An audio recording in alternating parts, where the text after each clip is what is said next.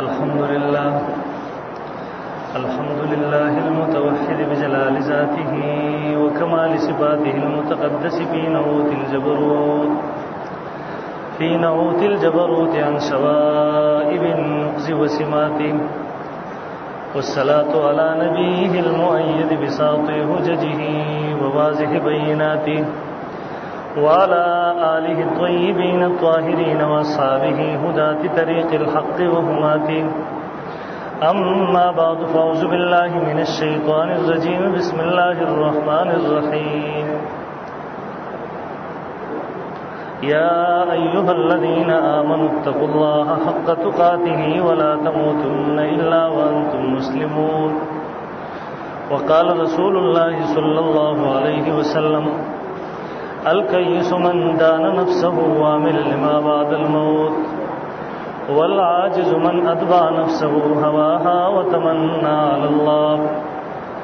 اللهم صل على محمد عبدك ورسولك، وصل على المؤمنين والمؤمنات والمسلمين والمسلمات.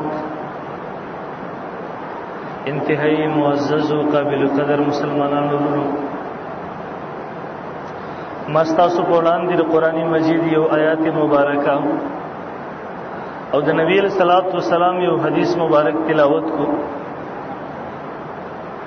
دغه آیات کې رب العالمین مسلمانانو ته خطاب کوي، مؤمنان مخاطب کوي. یا ایها الذین آمنو، اے مؤمنانو، اے د ایمان خاوندانو، اے د کلکی عقیده خاوندانو،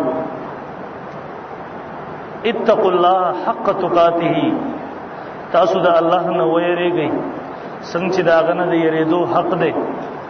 ولا تموتن الا وانتم مسلمون، تاسو ممرئ مگر په دې حالت کې چې تاسو پوره مسلمانان دي. الا وانتم مسلمون، مگر دا چې تاسو مسلمانان دي. دغه آیات څه مطلب دی هغه وروسته بیانوم ان شاء الله العزیز. او محترمو، یوې خبرې طرف ته تاسو فکر راګرځوم. دې دنیا ته محترمو انسان در یو مسافر په حیثیت باندې راغلی دی. دا دنیا د منزل نه دی، د منزل مخکې یو بل جهان شروع کی.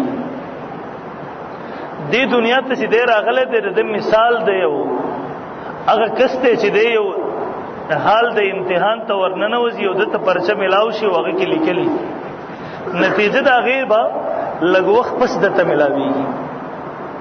دغه زما اوس دا مثال دی. در امتحان حال ته چې یو سړی ننوځي، دته قلم ورکړی شي، دته پرچه سوالیه ملاو شي، د جواب دپاره هم دته په کاغذونه ملاو شي. اوس دا د خوښه ده که دی کاغذ تش ورکوي یا په دغه کاغذ باندې دی څه لیکي، دی که د سوال جواب ورکوي یا د هغې نه اوټ بل څه لیکي ورته، دا د خوښه ده په ده باندې دی وخت کې څه زور نشته دی. همدغه مثال دی انسان چې دنیا ته راغی، د ده رهنمایي وکړی شوه، دته ښه لار هم ورښودی شو، بده لار هم ورښودی شو. وهدیناه النجدین، رب العالمین فرمایي مونږ د ده د دواړو لارو ته مونږ دته رهنمایي کړې ده. د ښه لارو دپاره، د نیکو د لارو دپاره، د الله د رضا د لارې دپاره، د جنت والا لارې دپاره رب العالمین انبیا را لېږلي. بیا د انبیای کرامو وارثانو علماو دغه سلسله مخ په وړاندې خو چلولې ده. دویم طرف ته بدې لار ته رهنمایي کوونکو هغې ته شیطان ویلی کېږي. هغه قسم خوړلی فبعزتک لأغوینهم اجمعین، ستا په عزت مې د رب العالمین قسم دا ټول به ګمراه کړم. یو طرف ته دغه شیطان ناست دی، بل طرف ته دغه انبیاء والا دعوت دی. دغه لارې هم ورښولې ده، دی هم ورښولې ده. خو تا باندې دنیا کې اوس جبر نشته دی. دا ستا په لاس کې قلم او کاغذ در سره دی، اوس چې تا څه ولیکل دغه سترګو پټېدو نه وروسته تا ته به د هغې بدله در ملاوېږي. خو ها محترمو، ترغیبات ملاوېږي وخت په وخت باندې.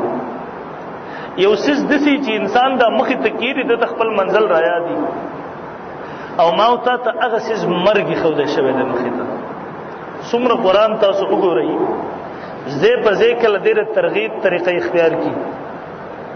دغه قرآن مجید کې رب العالمین کله د ترغیب طریقه اختیار کړي، او عموما طرز د قران دار د نبی له صلوات و سلام احادیث چې ګوري طرز هم دقه لري چې د انسان تخپل مرګ ور مخې ته کوي چې ګور دلته ستا همیشه اوسېدل نه دي مخ په وړاندې ستا تک دی دغه مرګ محترمو دا یو داسې څیز دی نبی له صلوات و سلام فرمایي دغه مرګ باندې انساني دنیوي خواهشات ختميږي د انسان او نبی له صلوات و سلام هم فرمایي تاسو مرګ بار بار یادوي یقینا یو انسان د دنیا کې د څومره عيش او عشرت ژوند تیري او چې کله دغه مرګ والا حقیقت مخې تراشي بس هغه خوندونه ختم شي د انسان دیو جن احادیث چې مونږ ګورو مونږ ته دومره زیاته د تذکره ملاويږي د مرګ والا چې یقینا د بل څه تذکره دومره زیاته نه ملاويږي دیو جن نبی صلی الله علیه وسلم دا ټول مناظر بیان کړی انسان باندې چې کلم مرګ راځي وګد حدیث ته نبی صلی الله علیه وسلم فرمایي یو صحابي تبوس کوي دا غیر ته نبی صلی الله علیه وسلم جواب ورکړي